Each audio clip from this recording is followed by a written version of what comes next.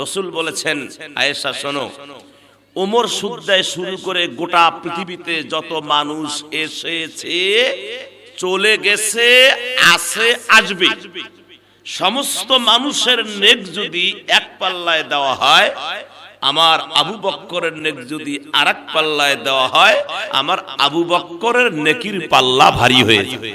সুবহানাল্লাহ। আবু বক্করটা কিন্তু রাসূলের উম্মত, কথা কন না কেন? তাহলে এখানে নবীর চেয়েও আবু বক্করের মর্যাদা, সুবহানাল্লাহ কইলেন না? কি মর্যাদা! আল্লাহু আকবার। আল্লাহ সুবহানাহু ওয়া তাআলা আমাদেরকে আখিরি জামানার নবীর উম্মত বানাইছেন, আলহামদুলিল্লাহ। শুধু কি তাই? শুধু তাই না, আরো আছে। রব্বুল আলামিন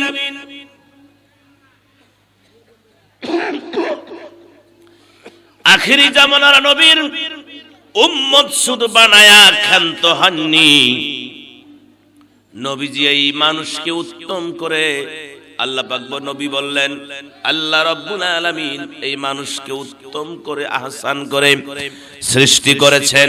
উত্তম এবং আহসান, সুন্দর করে বানাইছেন। এত সুন্দর করে কোন সৃষ্টি আল্লাহ করেন নাই, বানান নাই।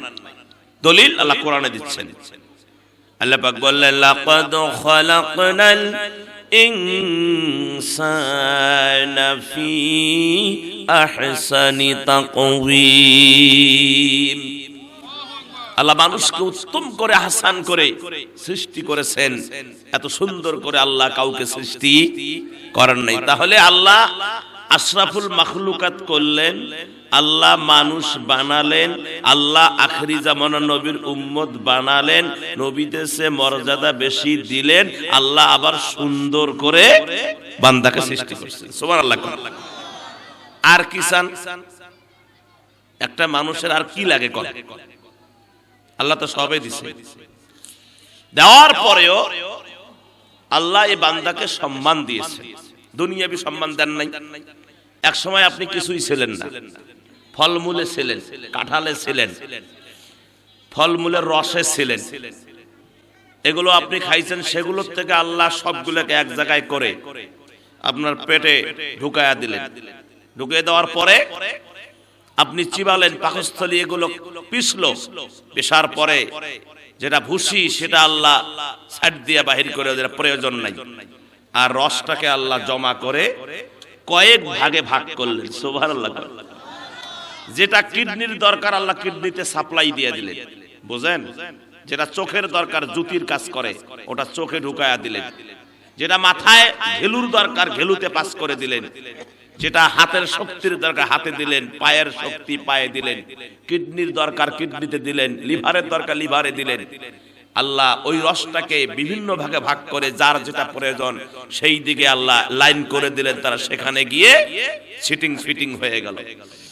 আর একটা রস এটা দুর্গন্ধ হয়ে গেল, এটা পেটে থাকার কারণে এমন দুর্গন্ধ হইছে, এটা বাহির হলে কাপড় না ধুলে, উজু না করলে, গোসল না করলে নামাজ হয় না, রোজা হয় না, তারপরে আপনার ইবাদত বন্দেগী হয় না, তেলাওয়াত হয় না। কথা কয় না কেন?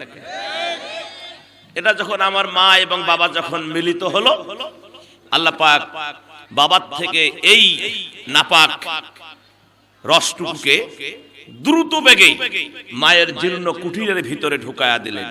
আল্লাহ কুদরতি কায়দায় মায়ের জীর্ণ কুঠিরটাকে বন্ধ করে দিয়ে এই নাপাক রসটাকে, গন্ধযুক্ত রসটাকে আল্লাহ 40 দিন রিফাইন করলেন, করে এটাকে রক্তে পরিণত করলেন। সুবহানাল্লাহ। আবার 40 দিন রিফাইন করে গোশতের টুকরায় পরিণত করলেন। মায়ের পেটের ভিতরে নিরাপদ জায়গায় গোশতের টুকরার ভিতরে হাড়, হাড্ডি, নাক, মুখ, চোখ, কান, মাথা, ঘিলু, কান, কিডনি, লিভার, এক কথায় একটা মানুষের যা যা দরকার সিটিং ফিটিং করে 10 মাস 10 দিন, 8 মাস 9 দিন, 9 মাস 11 দিন পরে মায়ের চিকন রাস্তা দিয়ে আমাদেরকে আল্লাহ বাহির করে দিলেন। সুবহানাল্লাহ।